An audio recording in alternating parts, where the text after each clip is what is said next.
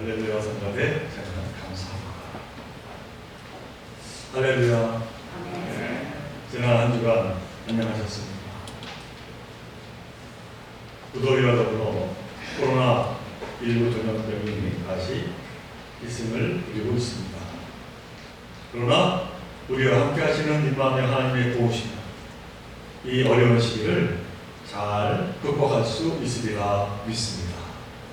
이 믿음으로 하나님께 감사드리는 여러분 모두에게 주님의 크신 은총이 충만하시기를 간절히 축원드립니다. 저는 오늘 창세기 39장의 말씀을 본문으로 듣겠습니다. 여기에는 우리가 아는 요셉이라는 인물이 등장합니다. 저는 해마다 적어도 한 번은 이 요셉이라고 하는 인물을 통해서 설교 말씀을 전합니다만 그만큼 이 요셉은 성경에 등장하는 인물 가운데 매우 역동적이고 무엇보다도 믿음의 본이 되는 자로 그를 통해 우리에게 주시는 교훈이 매우 깊기 때문입니다. 하나님은 오늘도 이 요셉을 통해 우리에게 주시고자 귀한 교훈을 함께 생각해보고 또한 큰 은혜를 나누고자 합니다. 오늘 본문이 들어있는 이 창세기 39장은 아버지 야곱의 사랑을 독차지했던 요셉이 피를 나는 형제들로부터 그만 버림을 받고 노예로 팔려서 먼 애굽에서 살아가는 모습을 그리고 있습니다. 그리고 특히 오늘 이 본문 창세기 39장 23절의 말씀을 보면 억울한 누명을 쓰고 감옥에 갇힌 요셉의 상황을 이야기하고 있음을 봅니다. 간수장은 그의 손에 맡긴 것을 무엇이든지 살펴보지 아니하였으니 이는 여호와께서 요셉과 함께 하시니라. 여호와께서 그를 범사에 형통하게 하셨더라 하는 말씀입니다. 쉬운 세 번역으로 제가 다시 한번 공급을 해드립니다. 간수장은 요셉에게 모든 일을 맡기고 아무것도 간섭하지 않았다. 그렇게 된 것은 주님께서 요셉과 함께 하시기 때문이며 주께서 요셉을 돌보셔서 그가 하는 일은 무엇이나 다 잘되게 해주셨기 때문이다 하는 말씀입니다. 자, 그런데 이 말씀에서 여러분은 무언가 이 모순이 되는 그러한 느낌을 받지 않으셨습니다. 다시 말하면 좀처럼 이해하기 어려운 지점이 이 말씀 안에 있다라고 하는 것입니다. 오늘 본문에서 요셉은 어떤 처지에 놓여 있습니다. 아버지 야곱에게 총애를 받던 아들의 신분에서 그만 형들에 의해서 비참하게 버림받고 인신매매로 팔려 낯선 타국 애굽에 침입되자 보디발의 노예로 절박한 처지입니다. 심지어 그토록 충성을 다해가던 이 보디발의 집안에서 보디발의 아내를 욕보이려고 했다는 너무나도 억울한 운명을 뒤집었고 오늘날로 하면은 성범죄자라고 하는 오명으로 그만 옥살이를 하게 된 처지가 아닙니다. 이런 요셉의 상황을 두고 오늘 본문 23절 보면 여호와께서 그를 범사에 형통하게 하셨다 그렇게 증언을 하고 있습니다. 뭔가 앞뒤가 안 맞아도 너무나도 안 맞는 형국이 아닌가 하는 생각을 떨칠 수가 없습니다. 우리는 흔히 일을 할 때마다 하는 일마다 무엇이나 다 잘 되는 사람을 이끌어 형통한 사람 이렇게 말합니다. 그렇다면 이는 고난의 연속인 요셉에게는 해당하지 않는 단어가 아닌가 하는 겁니다. 물론 창세기 41장에 들어서 요셉이 바로의 꿈을 해석하고 애굽의 총리가 되었으니 결과적으로 형통한 사람이 아니냐며 반문할지도 모르겠습니다. 근데 흥미로운 사실은 이 요셉의 인생이 비로소 형통하다고 말할 만한 그 대반전의 순간에 이 성경에는 정작 이 형통이라고 하는 단어가 등장하지 않는다라고 하는 사실입니다. 창세기에 보면 이 요셉의 일생에서 사용되는 형통이라고 하는 단어는 단 두 곳에만 나옵니다. 그 하나는 형들의 손에 팔려 애굽 사람 보디발 집의 종으로 들어갔을 때로 창세기 39장 2절에 이렇게 기록되어 있습니다. 여호와께서 요셉과 함께 하심으로 그가 형통한 자가 되고 그의 주인 애굽 사람의 집에 있으니 하는 말씀.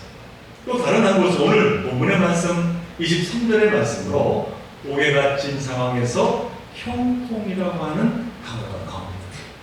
여호와께서 그를 범사에 형통하게 하셨더라 하는 말씀입니다. 그러니까 이처럼 요셉의 인생에 있어서 최악의 상황, 비참한 그 나락으로 떨어진 상황인데도 불구하고 형통으로 묘사하고 있고, 반면 요셉의 인생에서 가장 빛나는 순간, 총리가 되어서 애굽을 호령하는 그 순간에는 이 형통이라고 하는 단어를 찾아볼 수가 없다라고 하는 겁니다. 아니 성경은 왜 이처럼 고난의 상황에서 형통을 말하고 있고 형통을 이야기할 그 좋은 상황에서는 오히려 형통을 언급하지 않고 있는 걸까요? 그 이유는 과연 무엇입니까?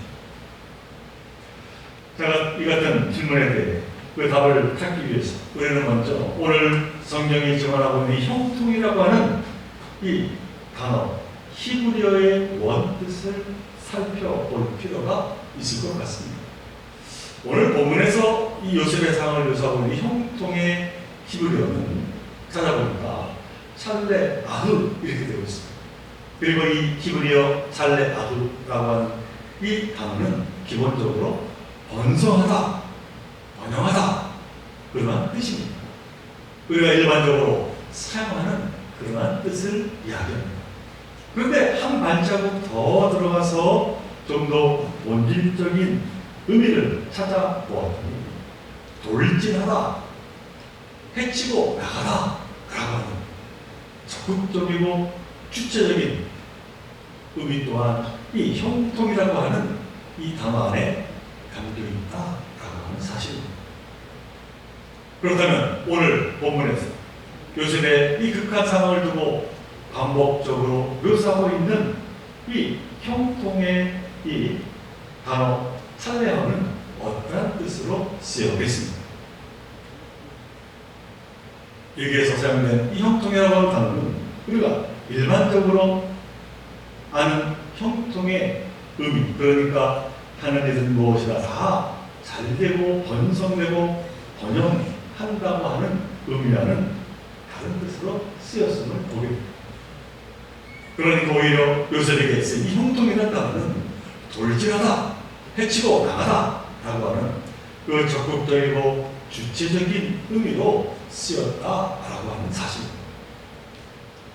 그러니까 함께 나가자는 형제들로부터 비참하게 버림받고 애굽의 노예로 팔리는 극한의 상황이라도 더 나아가 억울하게 누명을 쓰고 급기야 정으로 옥에 갇혀야 하는 그 비참한 상황이라 할지라도 끊임없이 그 상황을 돌진해 나가고 헤쳐나가는 불굴의 의지와 그로부터 비롯되는 형통이다라고 하는 것입니다. 하지만 오늘 창세기 39장의 이 부분에 나오는 형통이라고 하는 단어는 그냥 마냥 잘되고 잘 풀이로 이끄시는 하나님의 능력을 드러내는 의미로 쓰이지 않았다라고 하는 것입니다. 오히려 그와는 전혀 다르게 요셉이 비록 비참하고 힘든 처지에 놓여 있지만은 그래서 넘어지고 좌절하는 것이 아니라 하나님이 요셉과 함께 하셔서 그것을 뚫고 헤쳐 나가도록 이끄시는 그 과정 전 그 자체가 곧 하나님이 주시는 형통임을 우리에게 말씀하고 있다라고 하는 사실입니다. 사랑하는 종교도 여러분 또한 요셉처럼 하나님이 함께하여 주시는 말미암아 힘이고 고난과 역경을 헤쳐나가는 그 형통의 삶을 살아가시기를 간절히 축원을 드립니다. 자, 그런데 이 같은 형통의 이야기는 우리가 성경을 읽다 보면 여기저기에서 만나게 됩니다만 신약 말씀 중에 대표적인 이야기가 요한복음 6장에 등장하고 있습니다. 요한복음 6장 1절로부터 보면 예수님은 보리떡 5개와 물고기 2마리로 무려 5,000명을 먹이십니다.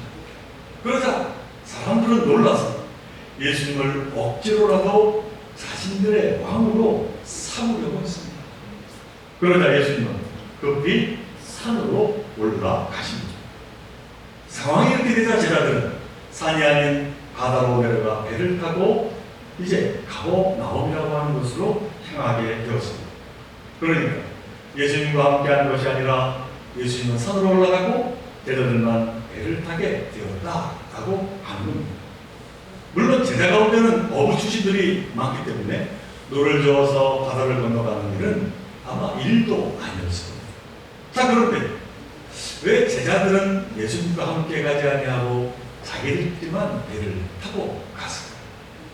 이와 같은 내용이 기록되어 있는 이 마가복음과 마태복음의 병행 구조를 한번 살펴보니까 제자들만 바다로 간 이유는 다름이 아니에요. 예수께서 이렇게 한데 모여있는 그 무리를 각자 집으로 다 흩어 돌려보내기 위함이었다, 그렇게 이야기합니다. 그래서 예수님과 제자들이 서로 갈라질 수밖에 없었다는 겁니다. 그렇게 제자들만 배를 타게 되었는데 시간이 흘러 밤이 되어 사방이 캄캄해지기 시작했습니다. 그런데 설상가상 큰 바람이 불고 물결이 사나웠습니다. 거센 파도가 치기 시작한 겁니다. 이는 마치 요셉이 마주한 인생의 그 모진 풍파와 같은 그러한 상황입니다. 진짜 가운데 제자 가운데 아무리 유명한 어부가 있을지라도 그 바다 가운데서 그 컴컴한 밤에 이제 불어오는 그 바람, 폭풍은 너무나도 두려웠습니다. 제자들은 큰 두려움에 빠졌다라고 하는 사실입니다. 이러한 상황에서 제자들은 무엇을 했겠습니까? 가만히 있을 수가 없지 않았겠습니다. 제자들은 필사적으로 노를 저었습니다. 파도에 배가 휩쓸려 뒤집히지 않도록 열심을 다했습니다. 그렇게 해서 무려 10여리쯤 갔다, 그렇게 성경은 말합니다. 10여리, 그러니까 심리가 좀 더 갔다라고 하는 뜻인데 아마 대략 5km 정도 노를 저간 것 같습니다. 아마 오르기는 바람 부는 폭풍 속에서 5km 남짓 노를 저가기 위해서 이 제자들은 죽을 힘을 다해 서로 힘을 합쳤을 것입니다. 그때 이제 금방이라도 배를 삼킬 것 같은 그 파도 저 너머로 누군가가 바다를 걸어오고 있는 것이 아니겠습니다. 정말 말도 안 되는 일이 벌어진 겁니다. 가뜩이나 폭풍과 싸우느라 버겁고 정신이 없는데 누군가가 바다 위를 걸어오다니 이 광경은 제자들을 더 두렵게 떨게 했습니다. 요한복음 16장 19절 후반부의 말씀입니다. 예수께서 바다 위로 걸어 가까이 오심을 보고 두려워하거늘. 또 마태복음 14장 26절에서 보니까 제자들은 바다 위를 걸어오는 예수님을 유령으로 착각하고 혼비백산하여 소리 질렀다고 기록하고 있습니다. 제자들이 그가 바다 위로 걸어오심을 보고 놀라 유령이라 하며 무서워 소리 지르거늘, 이렇게 기록되고 있습니다. 그때 예수께서 제자들에게 이렇게 말씀합니다. 요한복음 6장 20절의 말씀, 이르시되 매니 두려워하지 말라 하시네. 그래서 이제 제자들이 두려움은 사라지고 안도감으로 더 나아가 기쁨으로 바뀌게 되었습니다. 그리고 바다를 걸어서 온 예수님을 배 위로 모십니다. 그리고는 그들이 가려는 땅에 이르게 됩니다. 요한복음 6장 21절의 말씀, 이에 기뻐서 배로 영접하니 배는 곧 그들이 가려던 땅에 이르렀더라. 그렇게 기록하고 있습니다. 이 요한복음에서는 다른 복음서와는 다르게 예수님이 배에 타자 폭풍이 그치거나 파도가 잠잠했다 하는 내용이 기록이 되어 있지 않습니다. 오로지 예수님을 배로 영접하자 곧 그들이 가려던 땅 가버나움에 이르게 되었다. 그렇게 기록하고 있는 겁니다. 그러니까 이 요한복음에서 말씀하려는 예수님이 바다를 걸어오신 그 사건은 예수님이 폭풍을 싹 그치게 하시고 바다를 한순간 잠잠하게 하셨는지 그것이 초점이 아니라는 겁니다. 가려는 목표에 도달하게 되었다. 바로 여기에 초점이 있고 방점이 있다라고 하는 것을 우리는 보게 된다라고 하는 사실입니다. 우리는 이 말씀에서 너무나도 중요한 인생의 교훈을 찾아볼 수 있습니다. 그것은 다름이 아니라 우리가 목표한 곳에 가기 위해서 우리는 각자 자신의 인생의 배를 저어 앞으로 나아가야만 한다는 겁니다. 그리고 그 인생의 배를 저어가다 보면 순풍을 만날 때가 있지만 때로는 이 구약의 요셉 인생처럼 너무나도 힘든 그러한 파도를 만날 수도 있다는 겁니다. 복음에 나오는 제자들처럼 셀 수 없이 일렁이는 거센 바람과 거친 파도를 만날 수 있다라고 하는 사실입니다. 그러나 그럼에도 불구하고 오늘 성경 말씀을 통해서 깨닫게 되는 교훈은 우리의 인생에 대해 주님을 영접하여 오르시기만 한다. 우리는 결국 목표한 곳에 이르게 되리라. 그렇게 말씀하고 있는 겁니다. 어떠한 폭풍과 시련이 앞을 가로막을지라도 좌절하지 아니하며 힘차게 배를 저어서 나간다는 말입니다. 이것이 바로 요셉에게 주어진 형통이요, 제자들에게 주어진 형통이요, 지금 저와 여러분에게 주어진 하나님의 형통이라고 말씀하고 있는 겁니다. 사도 바울은 이 진리를 너무나도 잘 알고 있었습니다. 그래서 그는 빌립보서 4장 12절로 13절에서 이렇게 말하고 있습니다. 나는 비천에 처할 줄도 알고 풍부에 처할 줄도 알아. 모든 일과 배부름과 배고픔과 풍부와 궁핍에 처할 줄 아는 일체의 비결을 배우노라. 내게 능력 주시는 자 안에서 내가 모든 것을 할 수 있느니라. 이는 무슨 말씀입니까? 하나님이 함께 하시고 어떤 일을 만날지라도 두려울 것이 전혀 없다는 겁니다. 능히 헤쳐나갈 수 있다는 겁니다.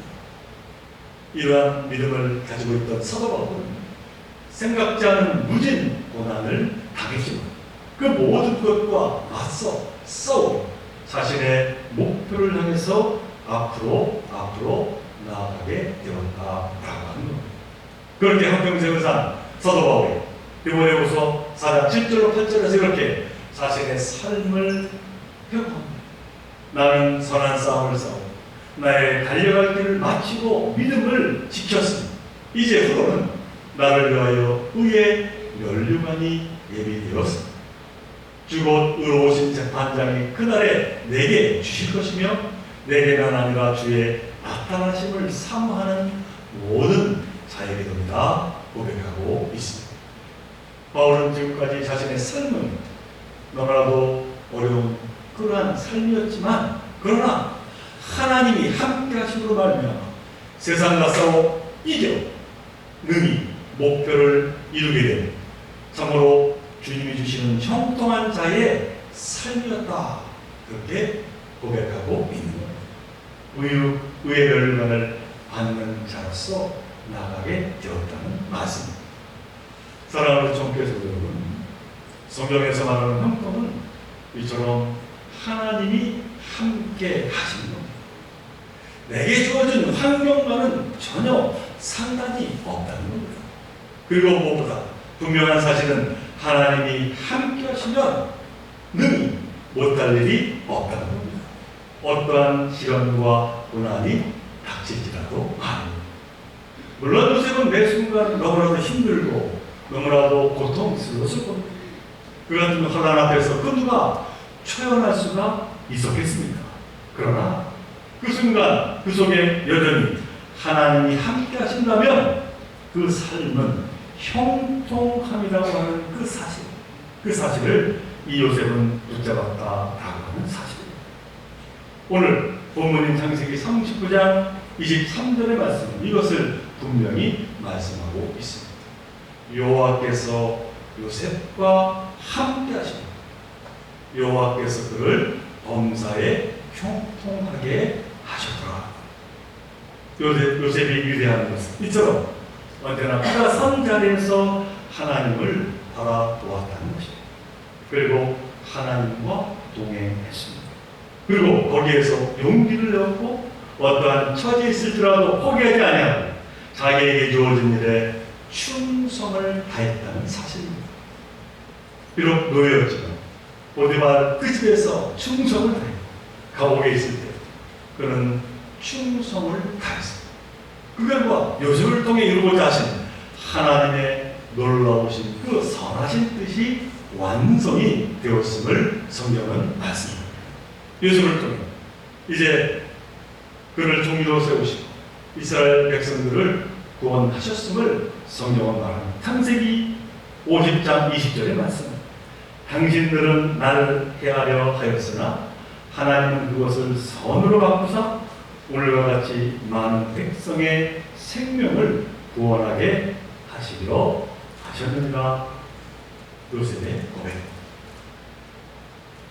사랑하는 종교의 성도 여러분, 하나님을 의지하며 그 자리에서 항상 기뻐하고 쉬지 말고 기도하고 범사에 감사하고자 노력하는 삶을 사시기를 간절히 바랍니다. 그때 하나님 분명 저와 여러분에게 새 소망을 주실 것이고 그에 합당한 용기와 새 힘을 더하여 주실 줄로 믿습니다.